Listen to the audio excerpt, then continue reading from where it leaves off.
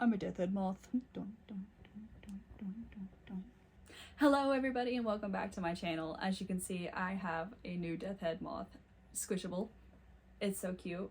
Look at its little skull. I've seen this online and I've really wanted one, and I was at Books A Million the other day.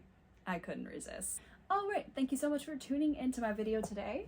We are going to be talking about some short horror books. So all these horror books are like 300 pages or less. These will be great books that you can squeeze in for Halloween time if you want to try to read a couple more books before the great holiday appears. But anyway, let's get going. So my first two books are actually by the same author. This author is Ian Reid. And the first one is I'm Thinking of Ending Things. So this book is a psychological book. It starts out, there's 3 different parts to the story. So it starts out with a young couple who is driving to their parents, or to the man's parents' house, and it's snowing, and our main character, our female main character, is thinking of ending things with him, but she wants to see this out, kind of go to his parents' house, see if this is going to go anywhere. So on the trip there, she's thinking a whole lot of deep thoughts, and we also see that somebody has been calling her and hanging up. So eventually we get to the house and things are creepy there. There's a dead pig out in the barn, also other dead animals. It's the winter has hit hard. When she gets inside the house, the parents are very odd, and they do a lot of weird things. There's weird scratching down in the basement and weird drawings down in the basement. It's just a creepy experience.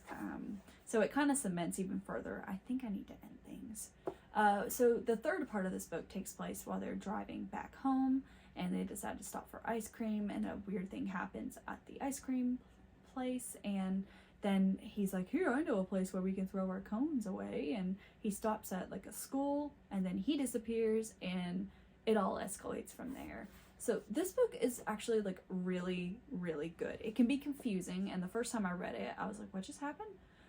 But you go back in a second time and you read it. This is a book that I wanted to immediately pick up the second I finished. It's one of those books that you want to reread, and you're gonna know more going into it the second time, and you're gonna kind of pick up these little breadcrumbs that you didn't see before. I've also heard this is super great on audiobooks, so if you are looking for an audiobook to blow you away and even add layers to the creep factor, this is the book for you. It's one of those books that has a lot of meaningful things in it, so I've highlighted so much on it. So the other book by this author is Foe, and this is actually becoming a movie, I think. So I really need to reread this. I liked I'm Thinking of Ending Things more than this book, but I did enjoy this book. So it is about, it's kind of futuristic, and there's this couple, they live on a farm, and then the government shows up one day and tells them that the husband has been selected for the space program. So they have a select amount of people that can go to the moon or go to another planet and visit it. And all the arrangements has been made for the wife to stay behind. But weird things are happening at the house while her husband's away. And she starts questioning everything that the government has done for her, and everything just spirals out of control. And then there's a twist at the end that, from what I remember, made everything make sense in the long run, but it was wait, what just happened? So this is a really quick read. I think it's 260 pages, and I forgot to mention, but I'm Thinking of Ending Things is 210. So both are pretty quick reads. You could probably, if you had enough time, sit down and binge read them if you wanted to. The next book I'm going to recommend is one that I don't own, but I really wish I did. And it is This Is Where We Talk Things Out by Caitlin Marceau. The book's only about 85, 89 pages. It's super short. And it's kind of a blend of Psycho meets Misery. So if you really like those books / movies, you should vibe with this. It's about a woman, and her mother and her have always been estranged. So her mother decides to try to bury the hatchet, and she invites her out, the daughter, on a girls' weekend to up at a cabin in the woods, or up in the cabin in the mountains. But so it starts to snow once they get up to the cabin, and it makes it hard for them to go anywhere. The whole place, you know how it is. Once it gets snowy on a mountain, it's a death sentence. weird things start happening at the house, and she notices that her mother is not acting right. Like, there's a scene where her mother ruins all of her laundry, so she has to wear the weird, like, childhood clothes that her mother has made for her. There's like a scene where they're hiking in the snowy woods and her mother just kind of snaps. Completely crazy book. I loved every second of it. Plus the main character likes Hosier, so what? This book is a super fast read. It's super addicting and I can't recommend it enough. It's one of those books that I just want to, like, here's a starter pack. Here's a starter pack. Read this book, please. Next up is a very, very, very weird book, but I liked it. And this is Fever Dream by Samantha Schweblin. So this book focuses on a woman, and she's like laying in a hospital bed, and there's this random boy talking to her the whole entire time. And this boy is not her son. And the boy is like prompting her to tell him how she got there, how she got to be in the hospital bed. And so this book's very like disjointed feeling, because after we get that first initial scene, it kind of like opens up and there's just like voices talking everywhere. It's like, if you've ever seen like a, what's the movie? It's a Wonderful Life, and you know how like all the angels are just like talking like randomly at like one scene in the movie? It's like that. Like, you don't know who is talking initially, and it takes you a while to catch on, but I eventually did kind of catch on and I liked it. It's an odd book. It's like 189 pages, and like the pages are so small, so you can legit read this in like an hour and a half. It's so fast, but you won't know what's going on, but you'll know that it's creepy and you'll like it. And so this book, really, like, if you can get past the confusion, it really is kind of like raising awareness for like something that's going on. I think it's in Argentina, if I'm remembering correctly, about like water, like the local water sources being poisoned by chemicals. I think if I'm remember, it's been like a year since I've read this, but it's a really creepy read, and you're not gonna know what's going on, but you're gonna like it. It's like what Ron Weasley says: you're gonna suffer, but you're gonna be happy about it. Bird box, where you at, bird box? There you are. Next up is Bird Box by Josh Malerman, and this book is about 260 pages.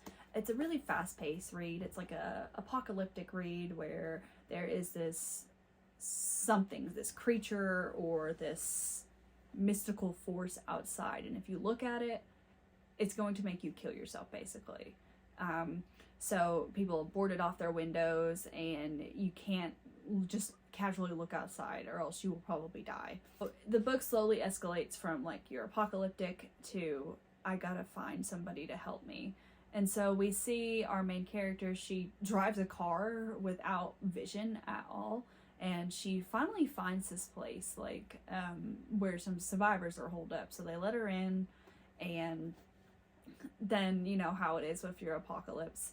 Tensions will quickly build between like survivors in a group, and chaos ensues.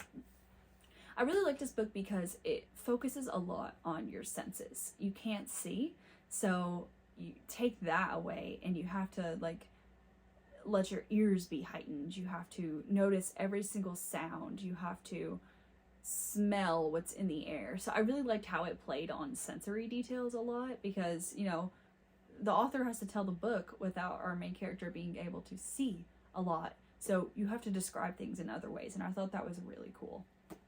My next pick is Come Closer by Sarah Gran. This book is a book that I talk about a lot on this channel. It's 166 pages of pure terror. So it's about a woman, and she starts seeing her imaginary friend that she used to see back when she was a kid. In her dreams, the imaginary friend is like prompting her to let her in. So eventually she's like, yeah, sure, why not?